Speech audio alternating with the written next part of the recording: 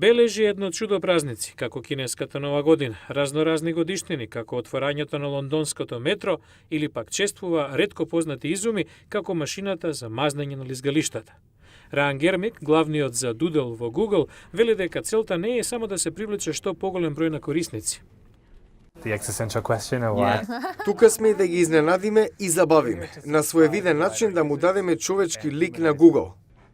За разлика од деловната страна на Google, која анализира податоци, Doodle, коментира Гермик, се базира на субјективни критериуми. We look at social networks, we look at press, we look at, Ги следиме социјалните мрежи на интернет, печатот. Дали она што го цртаме ќе стави насмевка на лицето?